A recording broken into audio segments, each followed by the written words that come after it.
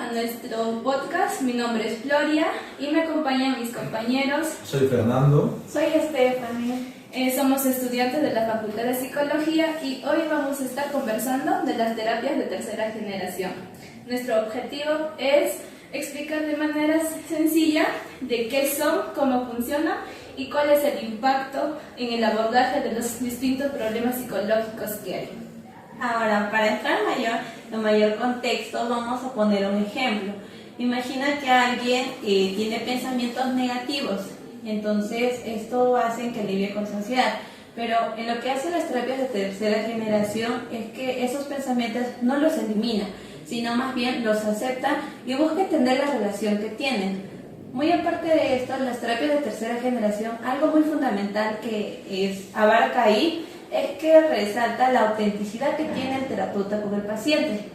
Estas terapias de tercera generación adoptan un enfoque más comprensivo y compasivo que tiene el paciente con los pensamientos difíciles que se le presentan. También las terapias de tercera generación ayudan a fomentar habilidades para que el paciente pueda enfrentarse a ello dentro de la sesión como también pueda hacerlo fuera.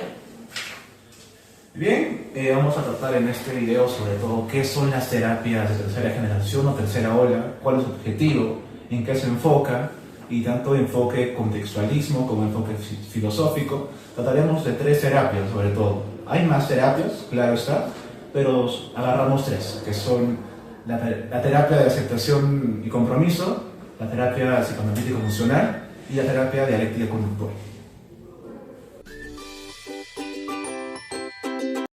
Las terapias de tercera generación, o también llamadas terapias contextuales, son un enfoque psicológico que surgen en los años 90. Son una evolución de las terapias conductuales y cognitivo-conductuales.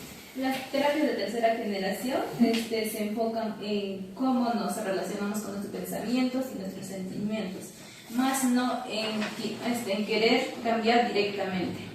Su objetivo principal es desarrollar flexibilidad psicológica, que es decir, aprender a aceptar lo que sentimos y a vivir de acuerdo a nuestros valores.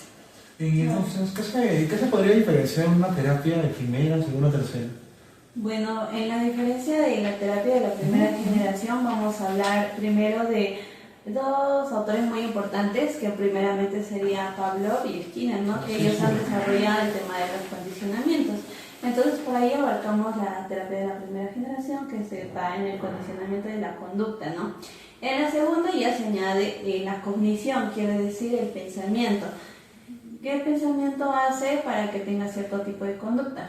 En cambio, la tercera generación, más que todo, se basa en el contexto, como estaba comentando acá, en cómo nosotros aceptamos cierto pensamiento. Acá en la tercera generación no significa eliminar, sino también buscar estrategias para que se pueda afrontar ese tipo de pensamiento. No cambiar directamente, sino indirectamente. Indirectamente, siendo consciente al paciente para que pueda hacerlo, ¿no? O sea, se podría decir que tanto pensamiento como conducta se podría cambiar indirectamente la conducta, y está claro, pero detrás de un pensamiento. Claro, más que todo se le enseña al paciente a ver, ¿no?, la relación que tiene con sus pensamientos, ¿no? Y él que sea consciente, y aparte también sea consciente de cómo puede desarrollar esas técnicas para afrontar eso que está teniendo, ya sea sus pensamientos. Tengo entendido también que las terapias de tercera generación, tanto el paciente como el terapeuta son muy lineales, son simétricos, es decir, que tanto el paciente como el terapeuta aprenden. Claro, ¿Sí es cierto esto? En ese caso sí, es así. Tanto el terapeuta tiene que aprender del paciente como el paciente del terapeuta. O sea, la relación es asimétrica. Ah, genial. Creo que en primera y segunda no era así, ¿verdad? No, en la primera es lo que hacen, condicionan para que el paciente tenga cierto tipo de conducta. Y en la segunda intentan explicar de acuerdo al pensamiento por qué se da esa conducta de ese paciente. Entonces, metiéndonos más en este tema, entonces en la primera y segunda no había una flexibilidad cognitiva, una flexibilidad psicológica. Es decir, que no se le permitía al paciente explorarse a sí mismo, no se podría como los pensamientos, como lo hemos dicho, ¿no? En la primera, como ya te explico, sabemos que el condicionamiento, ¿no? Como así hizo sus experimentos Iván Pavlov y Skinner del perrito, que condicionaban a la persona o a los pacientes para que tengan cierto tipo de conducta, perdón. Entonces, acá en la tercera, pues ya se le da las estrategias para él, que sea consciente de ello. Entonces podríamos decir que en la terapia, o en la tercera ola, el paciente es un poco más libre de expresar sus emociones. Claro, tiene más flexibilidad de que él pueda hacer lo mismo, ¿no? El terapeuta siempre brinda el acompañamiento también. Tiene más libertad de elegir lo que es, o sea, que cree que es mejor para él, que pueda hacer. Muy aparte de eso, también se centra también la terapia de tercera generación en afrontar los problemas dentro de la sesión visibles que se presentan dentro de la sesión para que el paciente pueda enfrentarlo fuera, también tenga las estrategias necesarias, no se le hace dependiente al paciente, él tiene que buscar las herramientas. Mencionaste algo sobre, también quería preguntarte sobre contextualismo. ¿Qué es esa palabra? El contexto de la tercera generación, pues más que todo es cómo se relaciona el paciente en cierto contexto, ¿no? Cómo está, cómo es la relación con sus pensamientos, eso. La contextualización se entiende porque una conducta, por ejemplo, de una persona, lo que piensa, siente, se basa dentro de un contexto. Y para entender un poco más de contextualización, vamos a dar un ejemplo. Digamos que hay dos personas que están llorando. Una llora porque se siente triste. La otra persona está llorando porque está pidiendo ayuda. Entonces aquí es la misma conducta que están llorando, sin embargo, tienen diferentes funciones según el contexto que las personas tienen. Entonces podemos decir que tal vez el contextualismo se entiende que hay una misma emoción, pero en distintos contextos. En la misma conducta, pero desde distintos contextos. Bien, escuchando este ejemplo tal vez del contextualismo, explicando la explicación de qué es eso, ¿cómo influye esta perspectiva filosófica en las terapias de tercera generación? Qué buena pregunta, ¿no? Claro, como lo dice ella, Gloria, va a importar mucho porque es un mismo sentimiento y diferente contexto, y en eso se basa esta perspectiva, ¿no? Quiere decir que estas terapias se basan en aquí y ahora.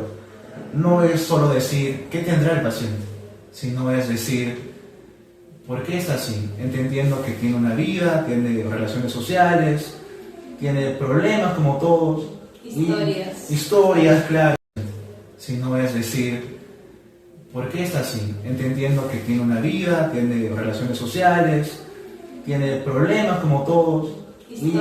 Historias, claro, y esos son enmarcados. O sea, en este contexto se trata de entender que el paciente tiene una vida detrás, no simplemente llega a consulta y decir que, bueno, te curo esto y ya. Hay como un antecedente claro, de eso para que expliquen por qué está teniendo esos problemas. Claro. Y se basa así, ¿no? Aquí y ahora. Es más flexible, como ya lo veníamos mencionando en nuestras terapias, porque se tiene autocompasión, porque más comprensión. Ser consciente de nuestras conductas. Claro, ser consciente. Bueno chicos, ahora vamos a hablar de la DBT. ¿Por qué DBT? Bueno, en siglas son esos, ¿no? Es la terapia dialéctica conductual. Esta fue desarrollada por Marcia Ligenia en 1993. Más que todo, no han desarrollado esta terapia para tratar el trastorno límite de la personalidad. En ese momento, los terapistas de DBT pues se enfocaban más que todo en mantener vivo al paciente. ¿Qué quiero decir con ello? Tal vez se preguntan. Es que les daban, pues en ahí se trabaja la regulación emocional, implementar las habilidades sociales y también con el mindfulness. Nosotros sabemos que el TLP, pues los pacientes son autolesivos, tienen ideas suicidas, es un trastorno de la personalidad, ¿verdad? Entonces, los DBT en esa parte intervienen dándole estrategias. Bien saben que un TLP pues siente mucho la tristeza, es con mayor intensidad. Es por eso que llega a suicidarse. Entonces acá nosotros tenemos que enfocarnos que ese paciente no tenga esas conductas autolesivas. De acuerdo a la regulación emocional, es como decir, darle estrategias para que baje. ¿Entienden? Sí, interesante. ¿Y hay técnicas aparte del mindfulness? Sí, hay más técnicas de regulación emocional, pero más que todo se enfoca en el tema de calmar, tranquilizar al paciente. ¿Cómo se da, ¿no? se podría decir? En términos de Técnicos, médicos, algo así, ¿no? Pero no se seda, sino acá se tranquiliza al paciente para que no tenga esas conductas suicidas, para que no sea autoagresivos. Entonces, más que todo, por eso nace la DBT. ¿Por qué la palabra dialéctica? Se trata en la aceptación de estos sentimientos a través de la técnica del mindfulness. También buscamos afrontar los pensamientos difíciles que los pacientes están teniendo en esos momentos en los cuales quieren cortarse o hacerse. Muy aparte de eso, la terapia conductual dialéctica proporciona habilidades concretas que puedan usar estos pacientes para tranquilizarlos, ¿no? Así también redirigir y manejar sus emociones por otro lado. En este caso te podría dar un ejemplo como que hacer otro tipo de actividades para que esas emociones puedan influenciar o irse por ahí, ¿no? Dar alternativas. A dar alternativas al paciente. Genial. Ahora vamos a hablar sobre la psicoterapia analítica funcional, también conocida PAF. Esta terapia es se centra en lo conductual moderno, que el autor es Kohlenberg. Ha sido inspirado en el modelo conductual de Skinner. Esta terapia se utiliza el vínculo terapéutico entre el paciente y el terapeuta. Es donde se generan los cambios o se producen para relacionarse con uno mismo y con las demás personas.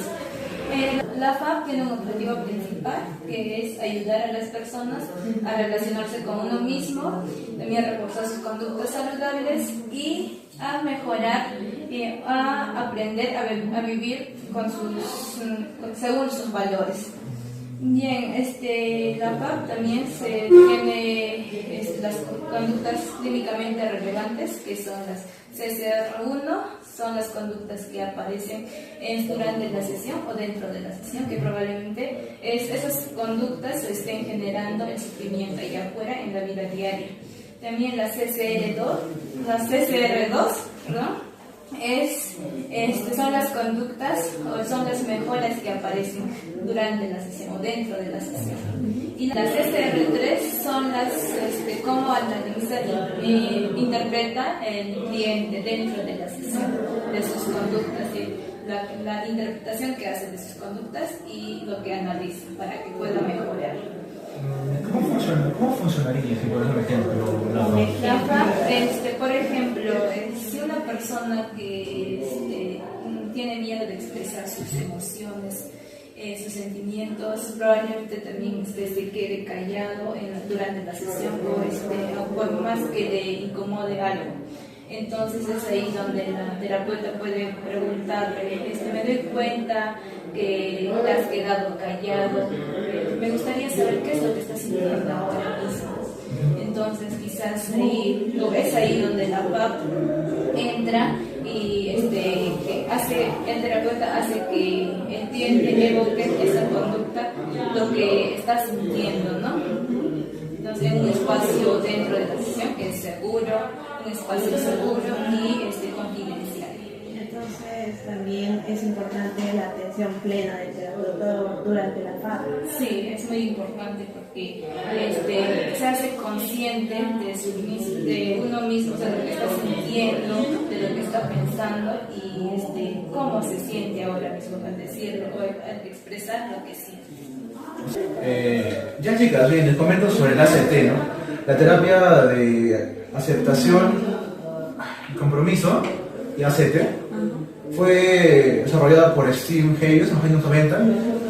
Esta terapia tiene como objetivo, como ya lo había mencionado y como todo el objetivo tiene la tercera generación, es que el dolor es algo que todo ser humano tiene que pasar. Y como tal tenemos que aceptarlo, tenemos que vivir con él. Y quiere decir que la terapia va centrada en lo que sentimos y pensamos en ese momento. Enfocarnos aquí y ahora, no solo en un pasado, sino en un presente, sino acá y ahora. Y también tiene que ver mucho en la aceptación. La aceptación, tenemos que aceptar que estamos mal para que podamos cambiar, ¿no? Y también es muy importante la flexibilidad cognitiva y la disfunción cognitiva. ¿A qué te refieres con eso de flexibilidad cognitiva? La disfunción cognitiva es desapegarse, desaprender prácticamente, desaprender que las ideas son malas.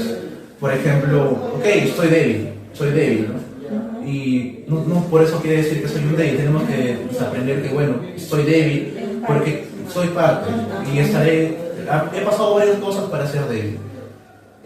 Soy débil por algunos motivos, no necesariamente ser débil en general. Además también creo que el ser débil también creo que es de humanos, ¿no? Claro, en algún momento en eso se basa. sentir Claro. emociones de humanos.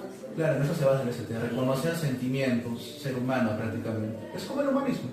Claro. ¿Y cómo funciona esta terapia, Fernando? Como le venía mencionando, aceptar primero, aceptar que somos humanos, aceptar que quizás estemos en un momento crítico, que vamos a tener pensamientos negativos y que tenemos que vivir con ellos, no evadirlos, sino afrontarlos. Está bien, soy débil, ¿y qué puedo hacer para ya no ser débil?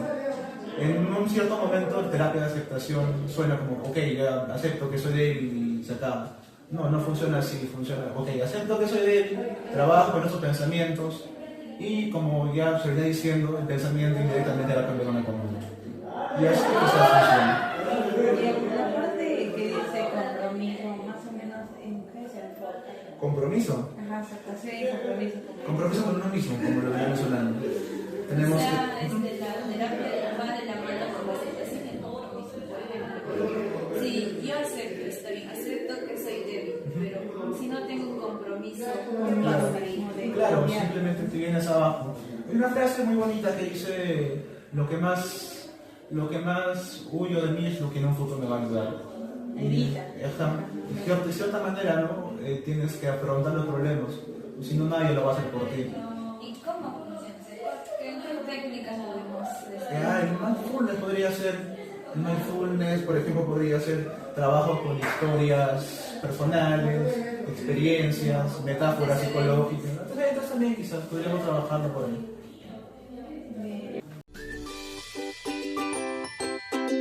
Bueno, ahora vamos a hablar sobre la evidencia científica, en las cuales encontramos distintas investigaciones. Una de ellas es de la Universidad Northwestern, que se realizó una revisión sistemática en diversas fuentes del internet, ¿no? En las cuales ellos han hecho la selección de 10 artículos y podemos ver que en los resultados, algo destacable que se evidencia que estas terapias de tercera generación son eficaces para reducir estas ideas de pacientes, estas ideas negativas, ¿no? Por otra parte también, en uno de estos 10 artículos se evidenció que estas terapias de tercera generación no es eficaz. Es decir, que el 90% da credibilidad de que estas terapias apoyan a los pacientes a manejar estos pensamientos negativos, estas emociones a través de la aceptación y el compromiso que también tiene el terapeuta. Bien, Stephanie, entonces en este contexto podemos concluir que las terapias de la tercera generación no solo aportan técnicas eficaces, sino una forma también de entender el sufrimiento humano. Sí, así como la CT, ¿no? Una frase que me gustaría compartir es, no necesitas sentirte bien para que realmente hagas lo que te gusta.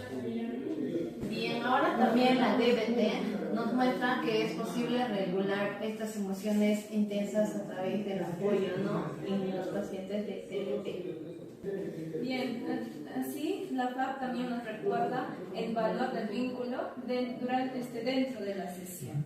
Entonces, en conjunto podemos decir que las terapias de la tercera generación representan un enfoque más humano y cercano que responde mejor a las necesidades de las personas. Quiero recalcar eso, me voy con eso, resalto eso, ¿no? Enfoque humano.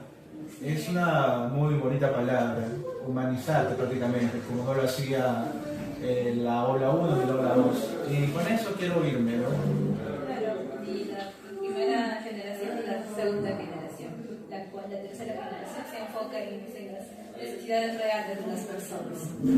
Bueno, también hay que destacar que la la terapia de tercera generación también incluye la flexibilidad psicológica y también se va más como que a la vida orientada a los valores de la persona, ¿no? Es por ello que se puede empezar desde un cambio ya más de una perspectiva psicológica consciente del paciente que tenga para cambiar ciertas conductas que se enfrentan a la vida diaria. Acá como las personas que nos pueden ver siempre tienen problemas, ¿no? Entonces el entender, creo que esto nos hace mayormente conscientes de cómo afrontar en nuestra vida diaria. Bien, bien chicos, esto ha sido todo por hoy. Espero que les haya gustado este video.